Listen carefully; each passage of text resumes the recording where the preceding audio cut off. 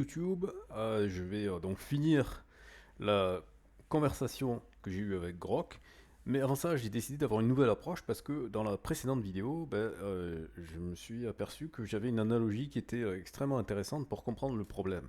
Parce qu'encore une fois, on vous dit toujours oui, c'est compliqué, tu comprends ceci, nanani, nanana. Non, non, non, c'est très simple en fait. Imaginez, vous avez Mohamed, Moshe et Jean-Pierre.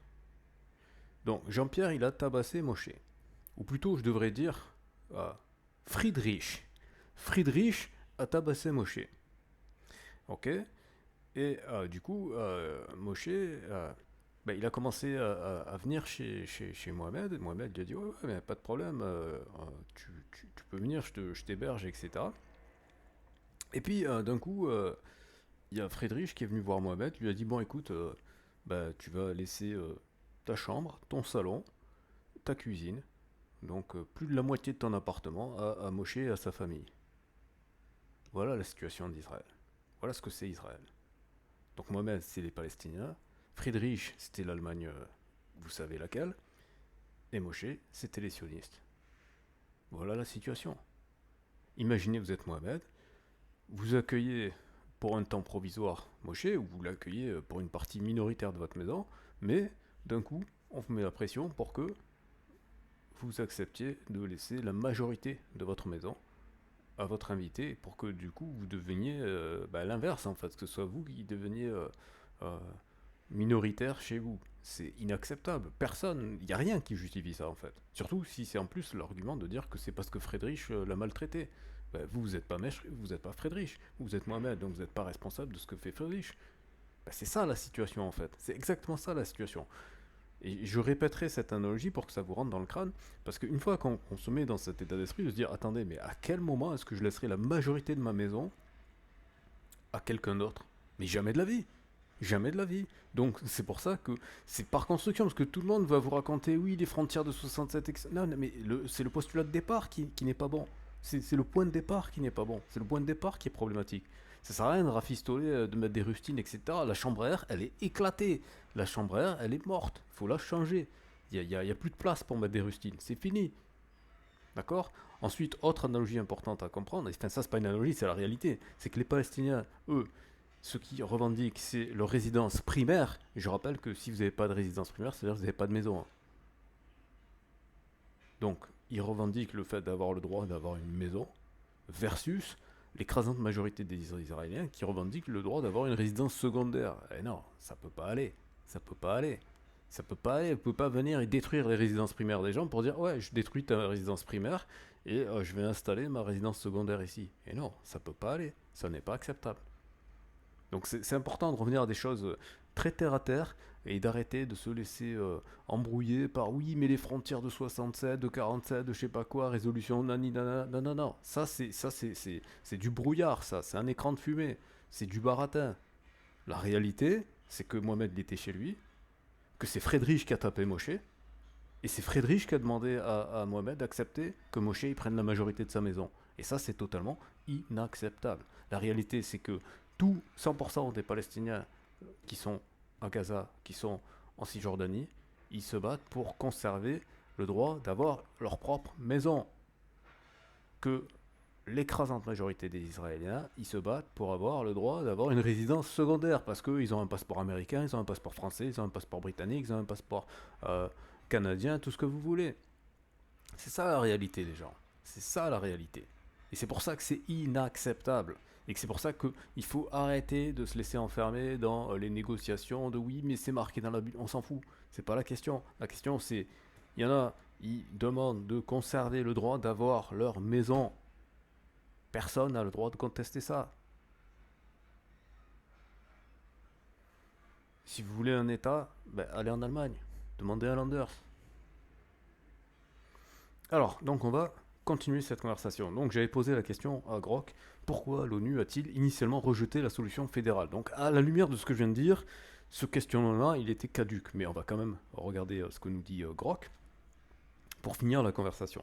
Donc, Grok nous dit l'ONU n'a pas explicitement rejeté la solution fédérale pour la Palestine en tant que telle, mais plutôt, lors de discussions autour du conflit israélo-palestinien, diverses propositions ont été considérées et évaluées. Voici quelques raisons pour lesquelles une solution fédérale n'a pas été adoptée initialement. Alors, d'abord, en fait, il donne le contexte. Donc là, c'est pas une explication de pourquoi, c'est juste pour donner le contexte. Donc le contexte, c'est qu'on a le plan de partage de 1947, résolution 180 de l'ONU, donc qui montre une nouvelle fois que Israël a été créé grâce à l'ONU, parce que c'est cette résolution-là qui a permis la création de l'État d'Israël. Donc c'est fort de café quand Israël est le premier à dire qu'il conteste l'ONU, qu'il revendique, qu'il dit que l'ONU s'acharne sur lui. Israël n'existerait pas sans l'ONU. Résolution 181. Clair, net, carré, précis. L'ONU a proposé un plan de partage qui suggérait la création de 2 États indépendants, un juif et un arabe, plutôt qu'une fédération. Donc je vous mettrai un lien dans la description si j'oublie de le faire. Allez voir la chaîne Les Arènes du Savoir, les vidéos de Vincent Lemire, un historien, qui explique que ce partage-là était totalement inacceptable pour les Arabes, qui étaient majoritaires au niveau de la population et qui se sont retrouvés avec ce partage en ayant un territoire minoritaire. Et en plus, au-delà de ça, c'est non seulement minoritaire, mais en plus un territoire totalement n'importe comment. Morcelé, je ne sais pas si vous regardez une carte, c'est n'importe quoi. Vous avez Gaza à l'ouest, en vrac, et puis vous avez la Cisjordanie, c'est des confettis. Et non, c'est inacceptable. Personne ne peut vivre dans un pays comme ça n'est pas acceptable. Et cette proposition était basée sur la reconnaissance de 2 nationalismes distincts et la réalité des tensions existantes entre les communautés juives et arabes. Mais sauf que, et ça Vincent Lemire le rappelle très bien, notamment dans sa BD Jérusalem, je vous mettrai un lien dans la description si j'y pense, si je n'y pense pas, dites-moi le dans les commentaires. Lorsque les sionistes ont commencé à évoquer l'idée de vouloir venir en Palestine, le maire de Jérusalem, qui était donc juif, il a dit non, les gars, arrêtez vos conneries, nous on est très bien ici, juifs, musulmans, chrétiens, tout va bien, restez chez vous, venez pas foutre la merde. Si vous venez, ça va foutre la merde. Et c'est exactement ce qui s'est passé. C'est exactement ce qui s'est passé. C'est à partir du moment où les sionistes ont débarqué que la merde a commencé. Opposition des partis concernés, les dirigeants arabes de l'époque ont rejeté le plan de partition. Encore une fois, vous êtes Mohamed, il y a Moshe qui débarque chez vous et Friedrich qui vous dit vous allez lui laisser plus de la moitié de votre maison. Bien sûr que vous allez dire que c'est hors de question. Personne n'accepterait ça. Personne. Donc c'est tout à fait logique qu'ils ont rejeté. Donc c'est pour ça qu'à chaque fois qu'un sioniste vous dit ouais mais c'est les Arabes qui ont rejeté, mais c'est normal, on vient chez toi, on te dit donne-moi plus de la moitié de ta maison, tu vas accepter, non tu vas pas accepter. Donc c'est normal qu'ils ont rejeté, c'est tout à fait logique. Préférant une Palestine entièrement arabe, évidemment, c'est logique. C'est comme s'il y a quelqu'un qui venait chez vous, qui vous disait comment vous devez organiser votre maison. C'est chez vous, bordel. Vous faites ce que vous voulez chez vous. C'est ça le principe. Euh, Plutôt qu'une structure fédérale ou binationale, de leur côté, les sionistes acceptèrent le plan. Évidemment qu'ils acceptent, parce que les sionistes, rappelez-vous, c'est Moshe, il est chez Frédéric, il s'est fait tabasser, et il rêve d'avoir un territoire à lui, et on lui dit, ah bah tiens, on te donne 55% de ce territoire. Bah évidemment qu'il va dire oui, évidemment qu'il va accepter, évidemment qu'il va signer direct. Puisqu'il passe de j'ai pas de résidence secondaire, ah tiens, j'ai une nouvelle résidence secondaire. Ah bah évidemment qu'il va accepter de récupérer la résidence secondaire. Alors maintenant, les raisons spécifiques au rejet de la fédération. Donc, première raison, l'identité nationale et l'autodétermination. Les mouvements nationalistes, tant juifs que palestiniens, étaient fortement attachés à l'idée de l'autodétermination dans un État indépendant. Une fédération aurait pu être perçue comme une compromission de ces aspirations nationales. Alors, je réfléchis à 2 exemples qui me viennent en tête. L'exemple suisse et l'exemple belge, et surtout l'exemple suisse.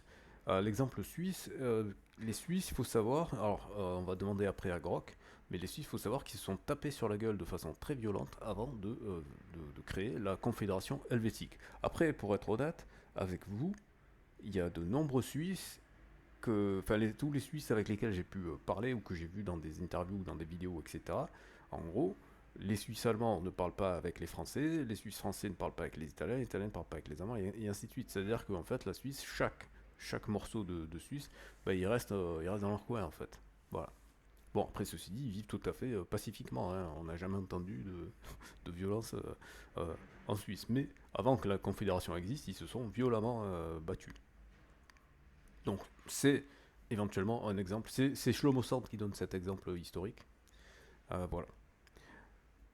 Ensuite, conflit et méfiance. Les tensions et les violences entre les communautés juives et arabes étaient telles que la confiance nécessaire pour établir une fédération était absente. Ouais, sauf que la situation de partage à deux États avec un désavantage pour les autochtones, bah forcément ça peut pas non plus aider à résoudre les tensions. Je sais pas qui est l'abruti qui a eu cette idée-là, mais on en paie encore aujourd'hui les conséquences. Voilà, la coopération politique et administrative requise pour une fédération aurait été extrêmement difficile à réaliser dans un climat de conflit. Oui, sauf que avoir deux États voisins dans une situation de conflit, c'est pas mieux. La preuve. Donc, franchement, encore une fois, ça a été très mal pensé. Euh, Complexité de la mise en œuvre. Une solution fédérale aurait nécessité des arrangements complexes pour le partage du pouvoir. Ben, peut-être que simplement avec un pourcentage qui soit proportionnel à la taille de la population, hein, peut-être que ça aurait simplifié les choses, hein, c'est-à-dire que le pouvoir central, que le pouvoir représentatif, que pour le pouvoir étatique soit ben, le reflet de la réalité de la population. Et dans ce cas-là, il n'y aurait peut-être pas eu de revendication, de légitimité ou quoi que ce soit. Mais faire l'inverse de la réalité, ben oui, forcément, ça crée des problèmes. Voilà, du partage du pouvoir, les ressources, la sécurité, les droits des minorités, ce qui aurait été difficile à négocier et à mettre en œuvre dans un contexte de conflit aigu. En fait, vous me dites dans les commentaires ce que vous en pensez, mais mon analyse personnelle, c'est que comme les Européens ils étaient en mode ultra culpabilité par rapport à l'Holocauste, ils se sont dit ah si on fait le reflet de la proportionnalité de la population, les juifs étant minoritaires, ils vont à nouveau se faire tabasser comme ils se sont fait tabasser en Allemagne en fait. Donc du coup ils se sont dit on va faire l'inverse, on va leur donner une situation qui est favorable pour qu'ils soient en position majoritaire et qu'ils puissent pas se faire tabasser. Ouais, sauf que du coup bah, c'est les autres qui se sont fait tabasser. Préférences géopolitiques, les puissances mondiales, notamment celles qui avaient des intérêts directs dans la région, avaient leurs propres agendas. Les États-Unis et l'URSS, par exemple, soutenaient l'idée d'un État juif, tandis que les pays arabes et certains membres de l'ONU favorisaient l'unité arabe ou une solution unitaire.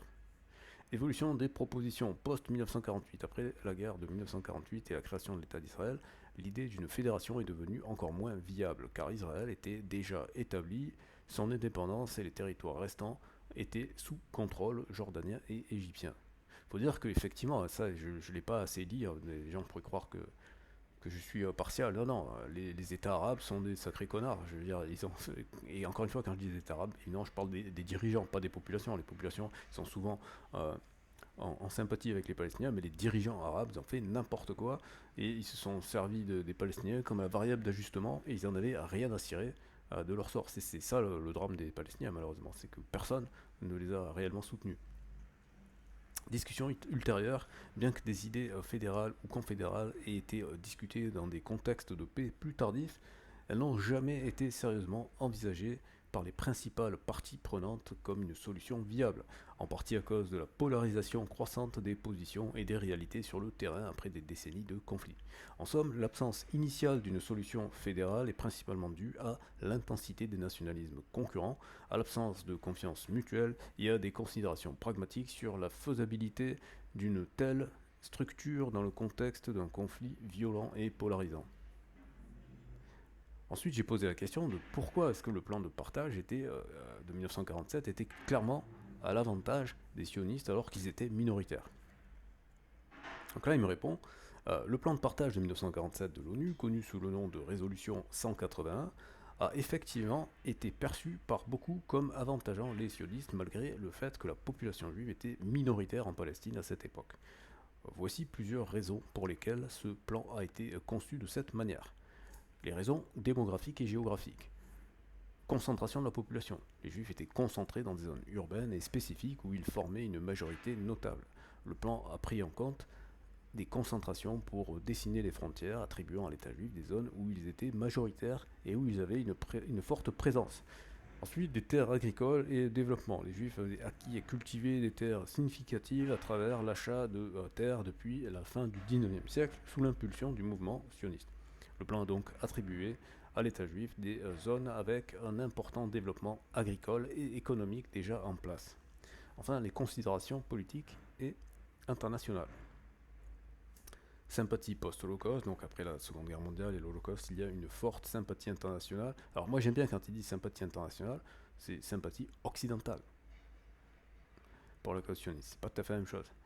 La création d'un État juif était vue par beaucoup comme une mesure de réparation pour les atrocités subies par les juifs pendant l'Holocauste. Encore une fois, je reprends mon analogie, Friedrich a bien pété la gueule à Moshe, donc il dit à Mohamed, bah écoute, c'est toi qui vas réparer. Ça n'a aucun sens. Ça n'a strictement aucun sens. Soutien des puissances mondiales, les États-Unis et l'URSS, malgré leurs différences idéologiques, soutenaient tous deux la création d'un État juif pour différentes raisons, notamment pour des raisons géopolitiques et pour contrer l'influence britannique en déclin dans la région. Euh, oui, et aussi pour l'URSS en tout cas, et c'est pour ça que après ça explique le changement de position. Pour l'URSS, l'Israël c'était une occasion de tester, de prolonger l'expérience communiste. Comme je l'ai dit, les kibbutz, c'était du communisme, hein, c'était du communisme direct. Et il faut savoir que euh, parmi les bolcheviks et les communistes, etc., il y avait beaucoup de juifs, et que parmi les gens qui ont émigré en Israël, il y avait beaucoup de Russes. Les pogroms, ça existait, hein, c'est pas. Les pogroms en Russie, ça existait, c'était très violent. Donc il y avait beaucoup de gens qui sont allés là-bas. Ok, ensuite l'influence du lobby sioniste. Donc le mouvement sioniste avait une organisation et un lobbying efficace à l'échelle internationale. Ils ont réussi à influencer l'opinion publique et les décisions politiques, notamment à l'ONU. Équilibre et pragmatisme. Compromis pour la paix. La proposition de partition était vue comme un compromis pour éviter un conflit prolongé. En fait, ça, c'est totalement une aberration et c'est une preuve de l'ethnocentrisme, de l'européocentrisme, de l'occidentalocentrisme, parce que à aucun moment ils se sont mis dans les chaussures des Palestiniens. À aucun moment. Comment est-ce qu'ils peuvent. C'est comme je vous le dis encore une fois, réfléchissez.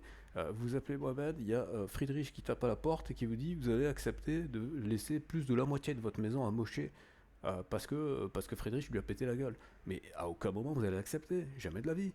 Jamais de la vie, vous n'êtes pas responsable, donc c'est pas un compromis. Puisque on vient et on vous prend votre maison. On vous prend la moitié de votre maison, c'est pas un compromis, ça s'appelle du racket. C'est du racket.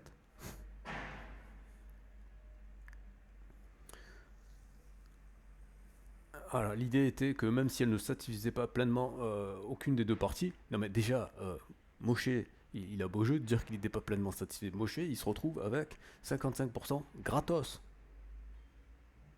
Donc son soi-disant insatisfaction, c'est de la posture. C'est de la posture. Moshe, il avait un rêve, c'était de récupérer tout le territoire. Mais ça, c'est un rêve, c'est dans sa tête. Dans la réalité, il avait zéro. Et là, il se retrouve avec 55%.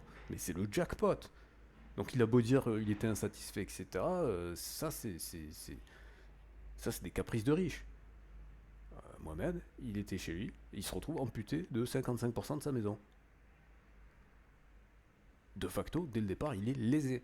Et ça, encore une fois, ça s'appelle regarder les faits tels qu'ils sont et pas chercher à avoir une posture idéologique ou quoi que ce soit. Encore une fois, euh, imaginez la situation, c'est chez vous, on frappe à votre porte, on vous dit tu vas laisser 55% de ta maison à quelqu'un d'autre. Il n'y a rien qui justifie ça. Surtout quand c'est pas vous qui avez fait causer du tort avec cette personne qui veut être hébergée.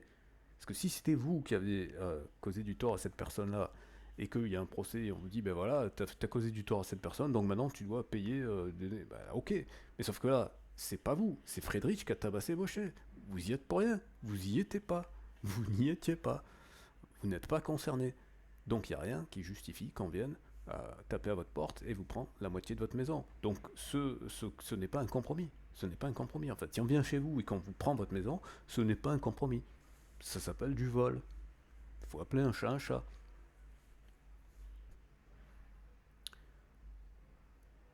Et donc après, les autres, oui, ça pourrait finir en coexistence pacifique. Mais non, si on vient chez vous et qu'on vous vole, ça peut pas bien se terminer. Ça peut jamais de la vie se terminer en coexistence pacifique. C'est jamais de la vie.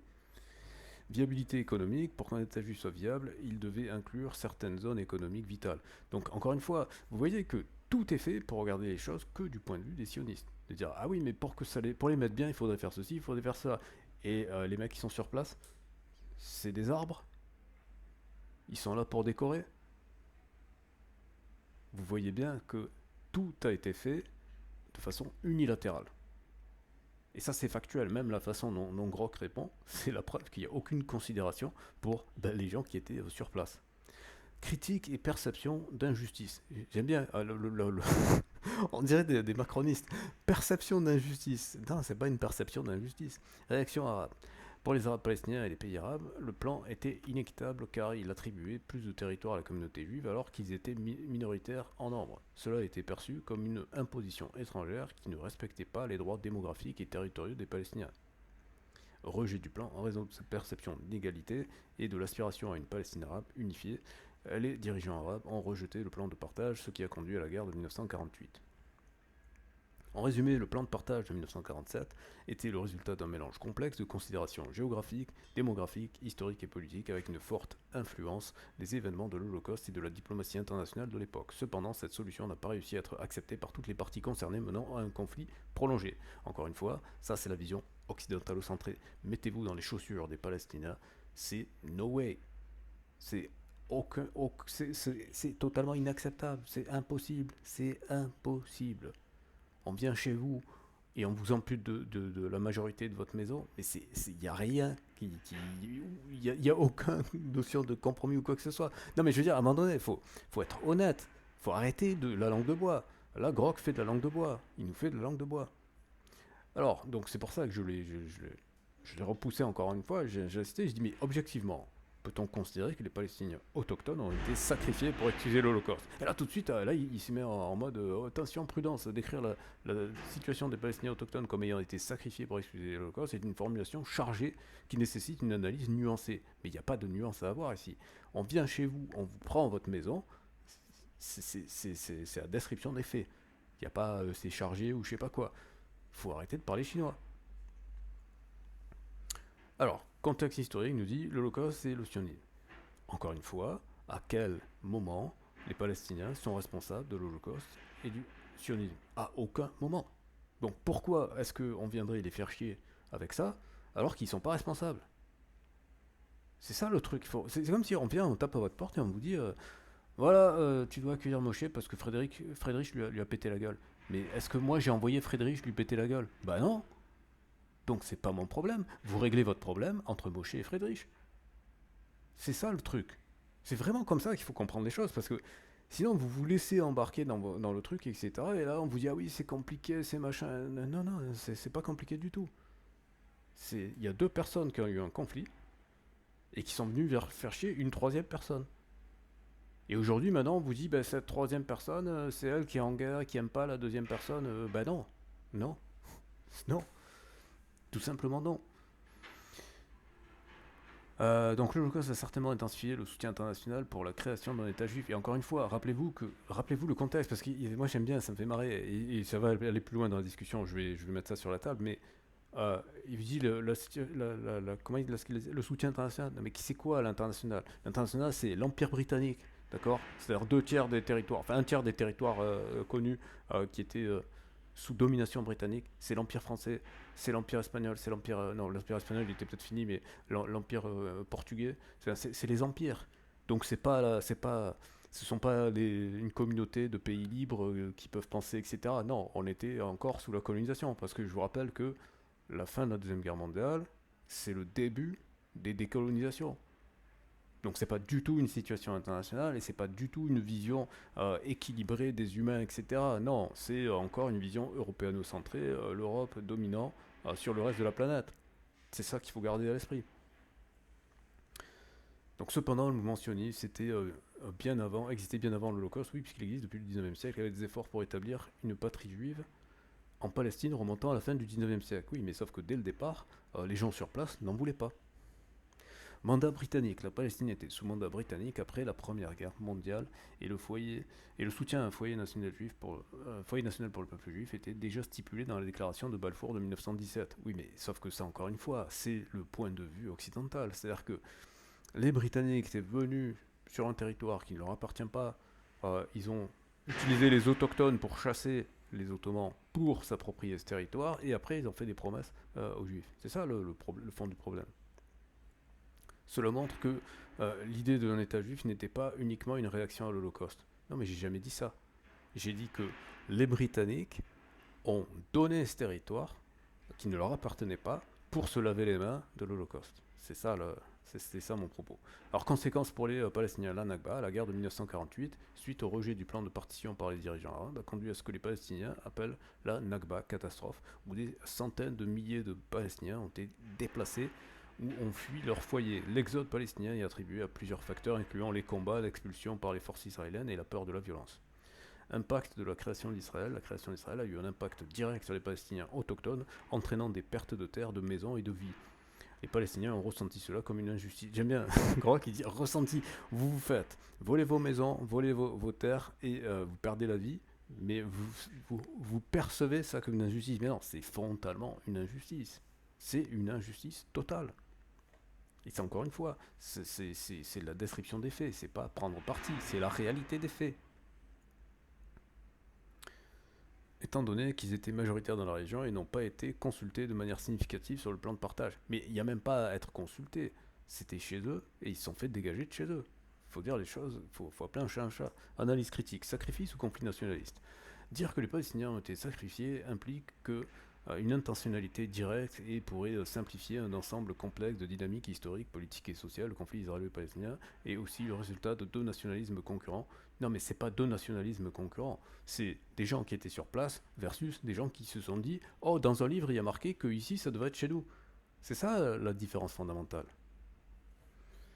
Responsabilité, culpabilité. L'idée que l'Holocauste excuse la situation des Palestiniens suggère une équation morale complexe où une tragédie est utilisée pour justifier une autre. Non, Grok, c'est la réalité. Les Occidentaux, parce qu'ils se sentaient coupables, ils se sont dit bon, bah, on va résoudre le problème de cette manière-là. Donc, ils en avaient rien à cirer des Palestiniens.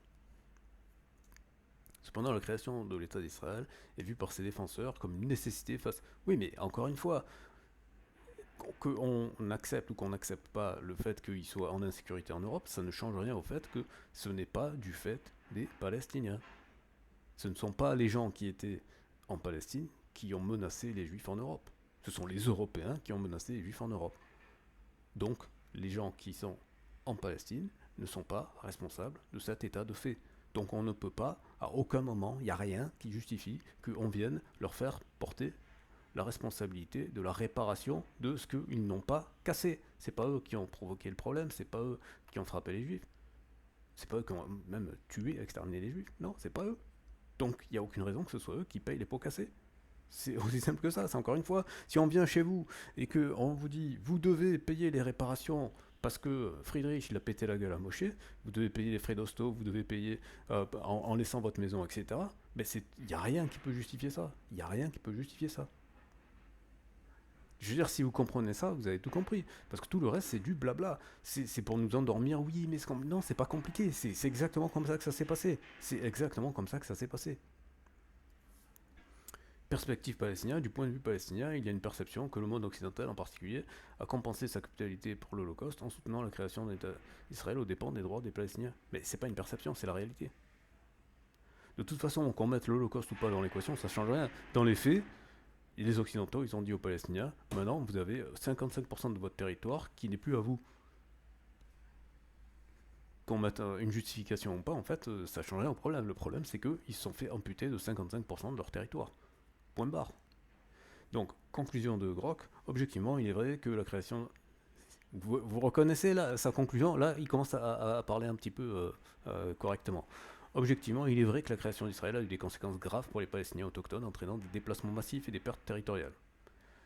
Cependant, décrire cela comme un sacrifice pour excuser l'Holocauste peut être vu comme réducteur. La situation est le produit de nombreuses forces historiques, politiques et géopolitiques incluant, mais pas limitées, à la réponse à l'Holocauste. Les deux peuples, juifs et palestiniens, ont des narrations douloureuses de cette histoire et la complexité de ce conflit ne se résume pas à une seule cause ou justification. Non mais sauf que il y a une différence fondamentale, c'est que l'Holocauste n'a rien à voir avec la Palestine. Voilà. Je veux dire, si on garde ça à l'esprit, l'Holocauste s'est passé en Europe, c'est une histoire d'Européens. La Palestine, c'est une histoire de Palestiniens. Voilà. Point barre. Terminé. Il n'y a aucune connexion en fait.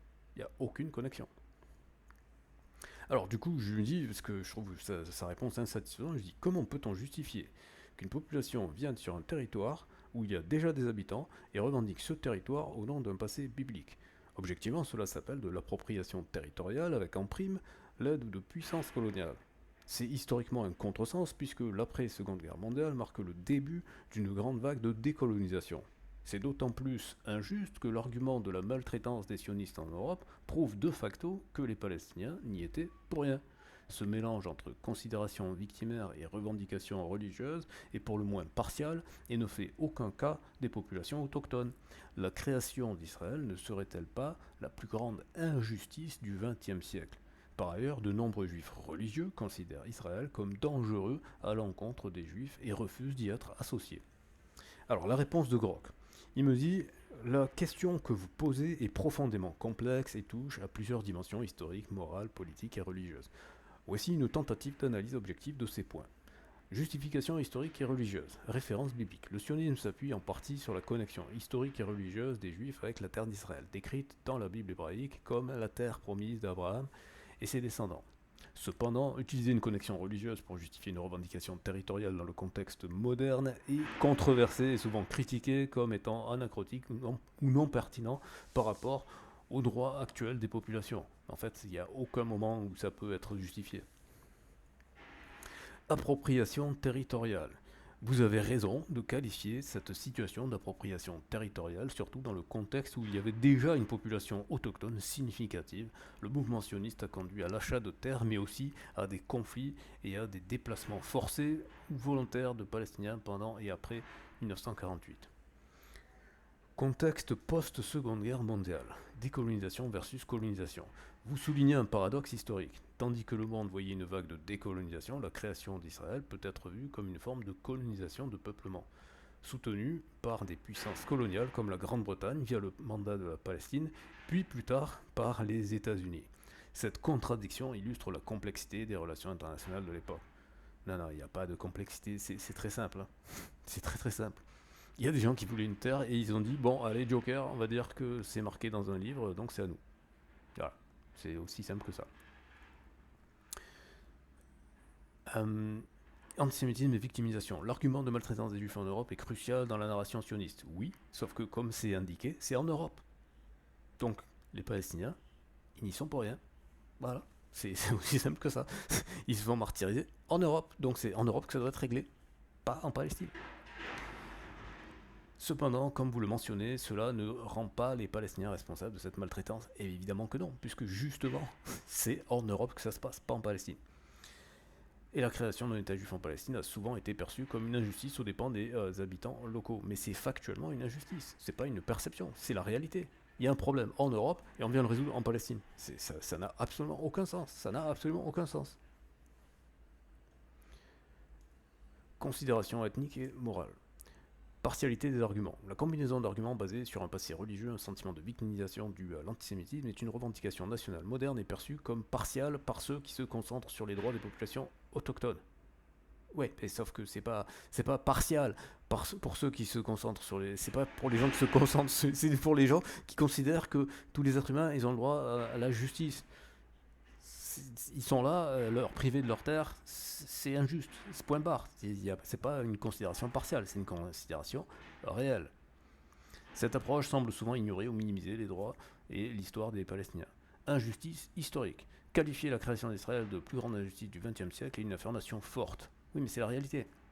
Mais elle reflète une perspective palestinienne et de nombreux défenseurs des droits de l'homme qui voient dans cette création un déplacement massif. Non, mais c'est pas qui voit. Est-ce qu'il y a eu un déplacement? Tu l'as dit, Rock. Il y a eu un déplacement massif et une spoliation des droits des Palestiniens. Donc c'est un fait. C'est pas une perception. C'est pas une opinion. C'est un fait objectif, mesurable. Avant les sionistes, il y avait des Palestiniens. Après les sionistes, il y a moins de Palestiniens sur un plus petit territoire. Opposition juive à l'État d'Israël. Juifs anti-sionistes. Il existe effectivement des courants parmi les juifs, notamment au sein de certains groupes orthodoxes ou ultra-orthodoxes, qui s'opposent à l'État d'Israël pour des raisons religieuses, croyant que seul le Messie devrait ramener les juifs en Terre Sainte. D'autres juifs de différentes tendances politiques ou religieuses critiquent également les politiques d'Israël vis-à-vis des Palestiniens. Conclusion, la création d'un État d'Israël est un sujet où les perspectives divergent profondément. Pour certains, elle est une réalisation de la sécurité juive et de l'autodétermination après des siècles de persécution, au détriment des Palestiniens. Pour d'autres, elle représente une injustice coloniale et une appropriation territoriale. L'évaluation de cette situation, comme la plus grande injustice du siècle, est subjective et dépend de la perception historique et morale que l'on adopte. La complexité du conflit israélo-palestinien requiert une reconnaissance des multiples narratives. Alors là, c'est une mauvaise traduction, c'est des multiples narratifs, parce qu'un narratif c'est masculin en français. Et une approche équilibrée pour envisager des solutions justes pour toutes les parties prenantes. Oui, mais encore une fois, il ne peut pas y avoir de solution juste pour toutes les parties prenantes si vous considérez qu'une partie prenante a le droit de venir s'approprier le territoire de l'autre partie prenante. Ça n'est pas juste. Parce que c'est ça le problème fondamental qu'il faut éclairer, c'est qu'il y a une injustice fondamentale en Europe. Les juifs se sont fait tabasser en Europe. Il y a eu les pogroms, il y a eu l'Holocauste, tout ce que vous voulez, mais ça c'était en Europe. Et ça n'a rien à voir avec les gens qui étaient en Palestine.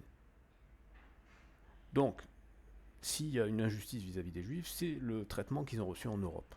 Et ça, pour résoudre ce problème, c'est le problème de la cohabitation entre les juifs et les Européens non juifs.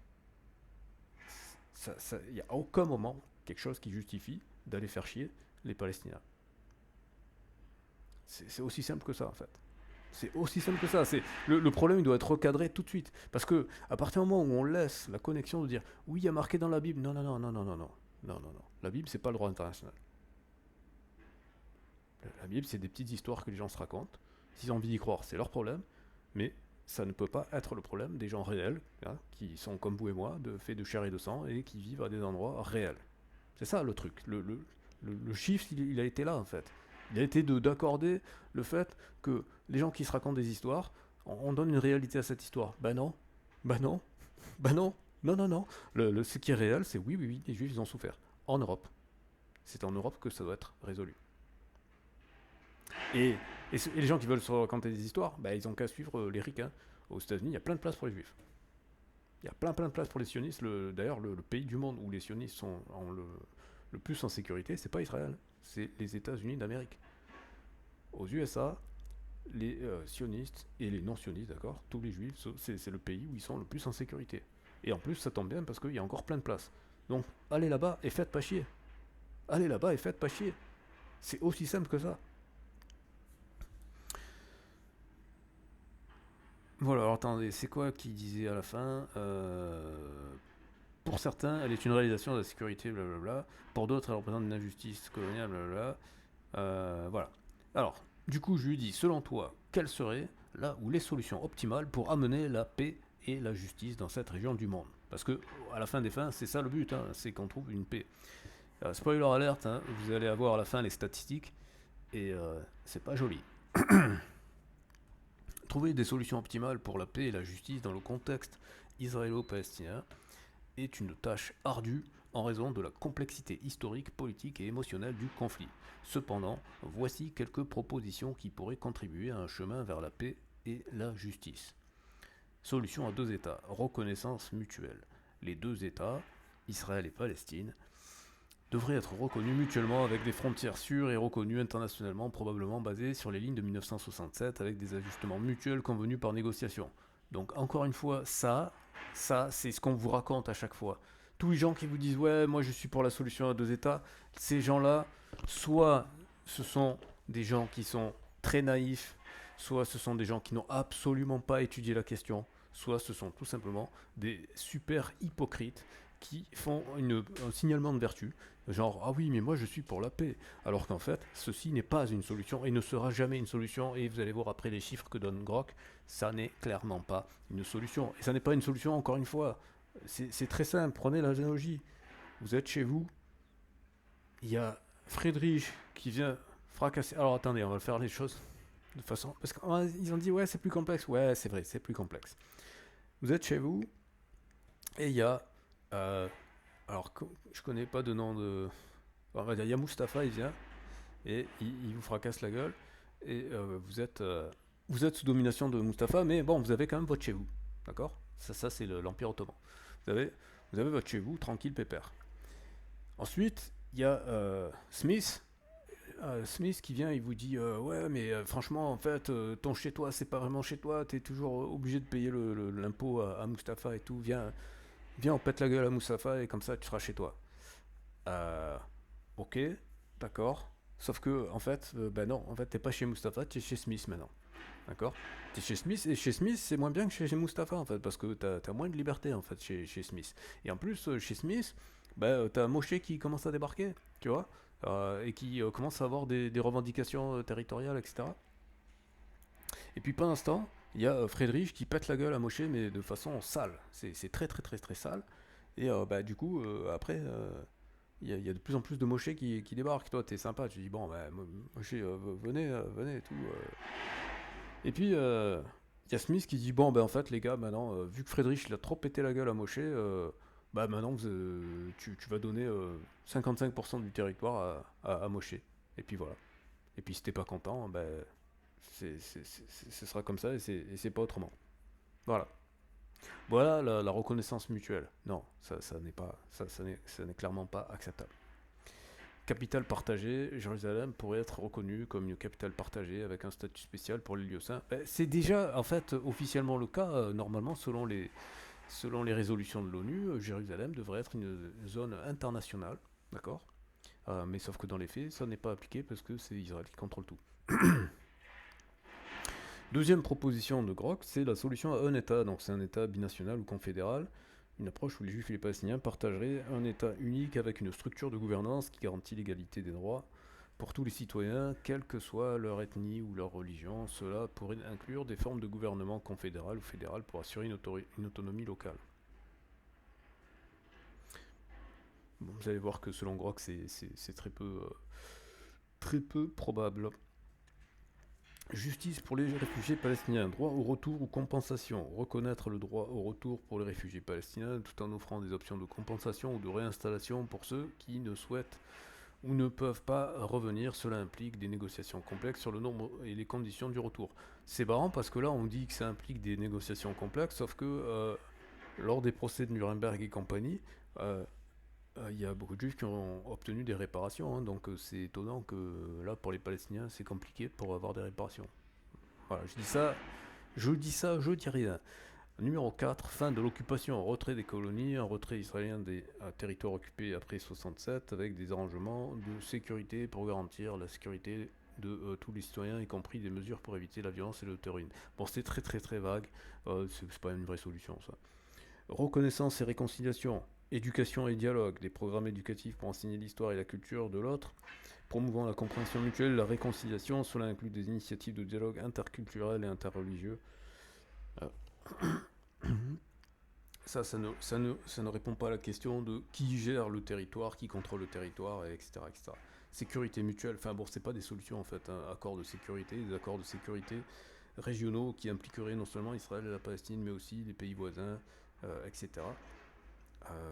Non, les pays voisins ne font pas partie de la solution, hein. On l'a vu en fait, hein, les pays voisins ne font clairement pas partie de la solution.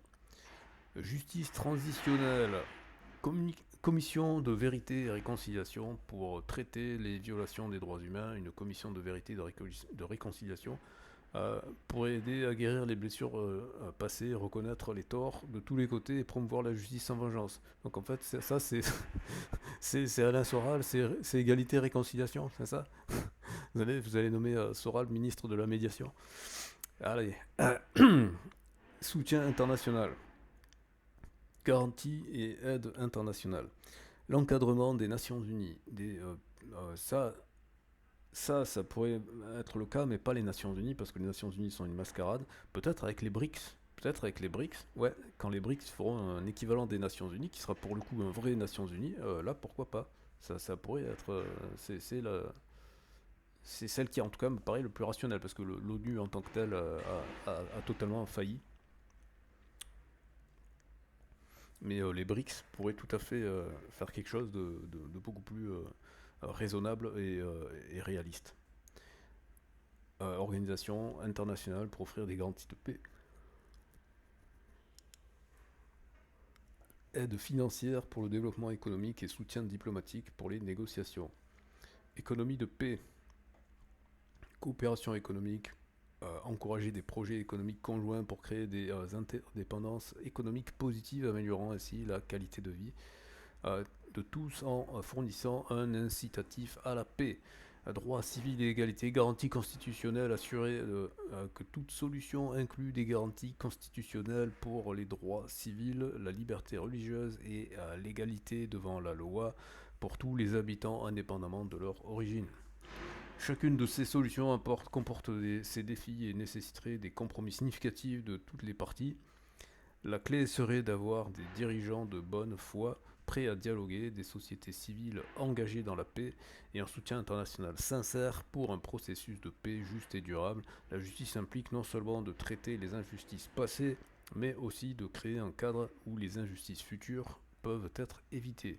Bon, bienvenue dans Bisounours-Land. Alors, du coup, moi, en tant que pragmatique, je lui ai demandé, peux-tu essayer d'estimer les probabilités de succès de chacune de tes solutions? Donc là, on va commencer par les chiffres.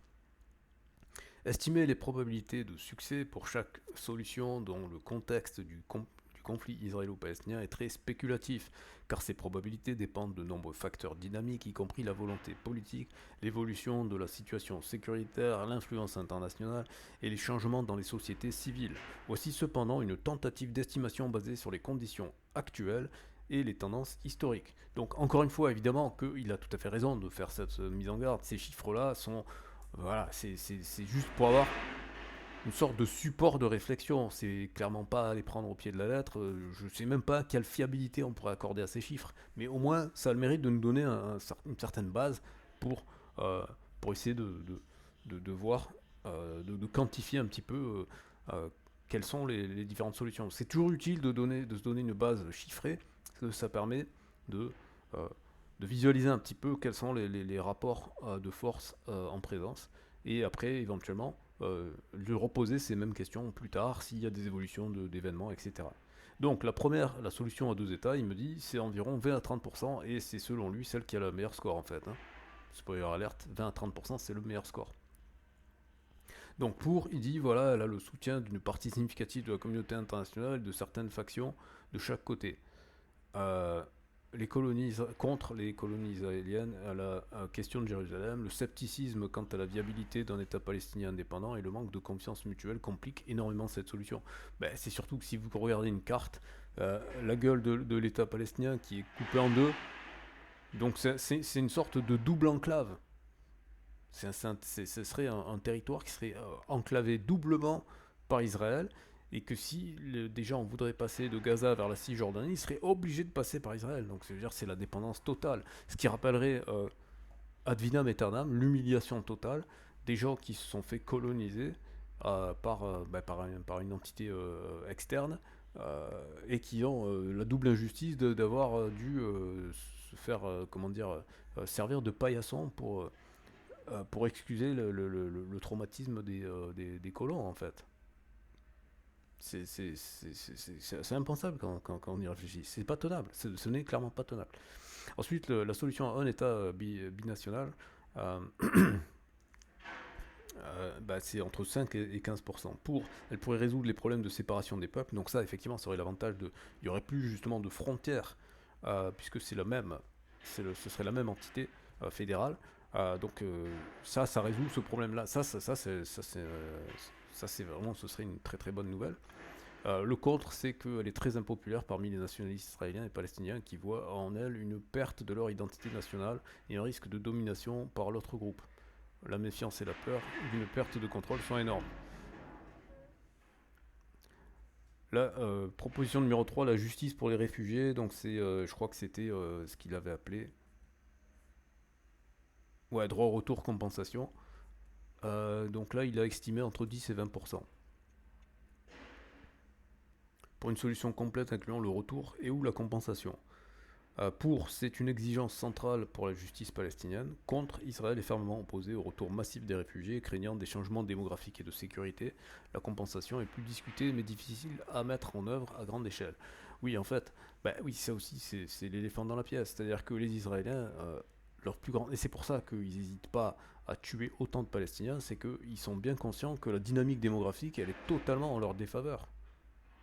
Et c'est l'argument de tous ceux qui disent oui, mais vous pouvez pas dire que c'est un génocide parce que la population elle a augmenté. Oui, mais c'est simplement parce que les Israéliens ils ont tendance à faire comme partout dans le monde occidental, à avoir un taux de fécondité qui est inférieur à 2, donc du coup à réduire la population avec le temps, alors que les Palestiniens, ils ont un indice démographique qui est un taux de fécondité, pardon, qui est supérieur à 2, donc il y a une augmentation de la population. Mais en fait, alors voilà, c'est mon analyse perso, vous allez me dire dans les commentaires si vous avez des sources par rapport à ça, mais ma petite idée, c'est que c'est une sorte d'instinct de survie des Palestiniens, en fait. Et aussi parce que là aussi, vous me direz dans les commentaires si c'est faux ou pas, parce que j'ai pas vérifié. Donc je précise quand je dis des choses qui sont juste une opinion sans avoir vérifié. Mais il me semble que le taux d'alphabétisation en Palestine est inférieur à celui d'Israël. Et il y a une corrélation entre le taux d'alphabétisation et le taux de fécondité. En fait, plus les femmes sont éduquées, moins elles font d'enfants en fait. Voilà. Ok, fin de l'occupation, entre 15 et 25%. Le pour, c'est la pression internationale croissante pour un retrait israélien. Mais, euh, mais entre nous, la fin de l'occupation, c'est pas une solution en soi. C'est une étape nécessaire, évidemment, mais je pense pas que quelqu'un puisse considérer que le conflit serait résolu simplement si les colons ils sortent de la Cisjordanie. Hein. Ça m'étonnerait très fortement. Contre la profondeur de l'implantation des colonies, la perception sécuritaire israélienne rendent cette option difficile à réaliser sans un accord politique majeur. Mais en fait, c'est même pas une solution en soi. C'est-à-dire que même si tous les colons ils se barraient, ça ne résoudrait pas le problème que la Palestine c'est deux morceaux en vrac ou au milieu enclavé dans un territoire qui leur est hostile. Mais même si c'est pas hostile, quand tu es doublement enclavé dans un territoire, où elle est ta souveraineté? Numéro 5, la reconnaissance et la réconciliation. Donc ça c'est la solution Soral. Faire égalité et réconciliation en Israël. Euh, donc là, la probabilité, c'est entre 5 et 15%, pour un impact significatif à court terme. Pour, il y a des initiatives locales de réconciliation, mais elles sont limitées. Oui, non, mais la réconciliation, ça ne veut pas dire grand-chose. Ça veut dire quoi? Ça ne nous donne pas un statut juridique, national ou quoi que ce soit. Là, j'avoue que c'est un peu en vrac. Contre les traumatismes historiques, la propagande et le discours politique actuel rendent ce processus difficile, très difficile à grande échelle. Alors, la deuxième proposition enfin, celle qui a le meilleur score avec la première, c'est la sécurité mutuelle, mais ça veut un peu rien dire, sécurité mutuelle. Environ 20 à 30% pour des accords limités ou régionaux. Il y a un intérêt commun à la sécurité. Mais Grok, tu te fous de ma gueule, c'est... qui, qui, qui est contre la sécurité? Je veux dire, c'est un truisme, tu enfonces des portes ouvertes. Tout le monde est pour la sécurité. Contre la méfiance mutuelle et des intérêts stratégiques divergents peuvent empêcher des accords complets. La justice transitionnelle, environ 5 à 10%. Cela pourrait aider à guérir les blessures. Ok. Bon, après, je crois qu'il est parti en roue libre. Hein. Il y a une forte résistance à reconnaître les torts de passer de chaque côté. Soutien international. J'avais pas fait gaffe. Soutien international, c'est celle qui est la plus. Ah, bah, ça me conforte dans ma perception initiale. Moi, j'avais dit, au début de ce conflit, j'avais dit, en fait, il faudrait que l'ONU euh, administre totalement le territoire. L'intégralité de la Palestine mandataire, qu'elle soit sous contrôle de l'ONU. C'est-à-dire que oui, on zigouille la Knesset, c'est fini, terminé, au revoir. On zigouille l'autorité palestinienne, terminé, au revoir. Et c'est une organisation internationale, donc c'est l'ONU, qui administre ce territoire. Et franchement, c'est peut-être la seule solution qui pourrait fonctionner. Il y a déjà un engagement international, la pression pour la paix pourrait augmenter. Oui, enfin pour ça, il faudrait doter l'ONU de couilles quand même, hein, parce que sans couilles, ça peut pas marcher. Hein. Quand l'ONU peut se faire humilier verbalement et militairement par Israël, voilà, ça pose problème. Contre les intérêts géopolitiques des alliances actuelles limitent souvent l'efficacité de ce soutien. Bah oui, oui, clairement, le veto américain par exemple. Économie de paix, environ 20 à 30% pour des initiatives locales réussies. Oui, mais ça veut rien dire. Ça veut juste dire faire des accords, des partenariats, mais ça ne nous dit pas quelle est la nature des États. Est-ce qu'il y aurait un État, deux États Voilà, donc c'est pas une solution ça. Droits civils et égalité, mais ça, ok, encore une fois, droits civils, que les droits soient les mêmes pour tous, évidemment que c'est une prémisse. Alors ensuite, je lui dis, quelles sont les probabilités que cette région s'embrase et nous conduise vers une troisième guerre mondiale? Bon, je vais pas lire sa réponse, juste je vais vous donner le chiffre est très faible. Voilà. Donc en gros c'est improbable. Voilà. Donc, du coup, comme sa réponse était improbable, je dis, bon, en gros, selon tes estimations, le statu quo est environ à 80%. Alors 80%, j'ai exagéré un peu, parce qu'il y a la solution internationale qui est à 30-40. Mais avec l'ONU en l'état actuel des choses, ce ne serait pas possible. Par contre, avec les BRICS, avec une organisation qui serait l'équivalent de l'ONU, mais créée par les BRICS, là, ce serait tout à fait possible, parce que la Chine a commencé à dire des choses. Je pense que la Chine, alliée avec la Russie, pourrait faire des choses qui auraient un effet concret. Alors il nous dit, d'après les facteurs discutés et la complexité du conflit israélo-palestinien, ainsi que les dynamiques régionales, et on peut effectivement affirmer que le statu quo ou une situation très proche de celui-ci est probablement le scénario le plus probable. Et probablement le scénario le plus probable. Un peu de résistance au changement, blablabla. Bon, bref. Voilà. Voilà, c'est tout. Donc, c'est fini pour cette très longue discussion avec Grok. Donc, on a vu que c'est intéressant, mais qu'il y a aussi des limites, qu'il y a aussi des biais idéologiques chez Grok. Dites-moi ce que vous en avez pensé dans les commentaires. Abonnez-vous si ça n'est pas déjà fait. Mettez un pouce vers le haut. Partagez. Et s'il vous plaît, restez poli dans les commentaires, donnez des arguments et essayez de faire voilà, cette petite expérience de pensée, de bien comprendre que vous avez Moshe qui se fait tabasser par Friedrich et Smith qui avait au préalable colonisé Mohamed vient lui dire que en fait il doit accepter Moshe et qu'il doit donner la majorité de son territoire à Moshe. Voilà. Donc vous avez les Palestiniens qui eux revendiquent le fait d'avoir une maison primaire, une résidence primaire, versus des Israéliens qui revendiquent d'avoir une résidence secondaire. Voilà. Donc, quand on regarde les choses, est-ce que vous accepteriez qu'on vienne chez vous et qu'on vous force à donner plus de la moitié de votre territoire à quelqu'un d'autre? Je crois pas. Dites-moi dans les commentaires si vous accepteriez. Dans ce cas-là, vous pouvez commencer à héberger qui de sionistes, qui de Palestiniens, qui de Somaliens, qui de Soudanais, qui de Syriens et compagnie. Hein. Parce que si vous êtes prêt à donner plus de la moitié de chez vous pour des gens qui ont subi des injustices, vous inquiétez pas, il y en a plein dans le monde des gens qui ont subi des injustices et qui demandent à être réfugiés. Voilà. Donc, à un moment donné, il faut avoir l'honnêteté de reconnaître ce qu'on serait capable ou pas d'accepter pour soi. Et si, le cas échéant, on n'est pas capable de l'accepter, alors il faut reconnaître que les autres, ils ont le même droit que l'on a de refuser l'inacceptable. Le problème est venu d'Europe, le problème doit se résoudre en Europe.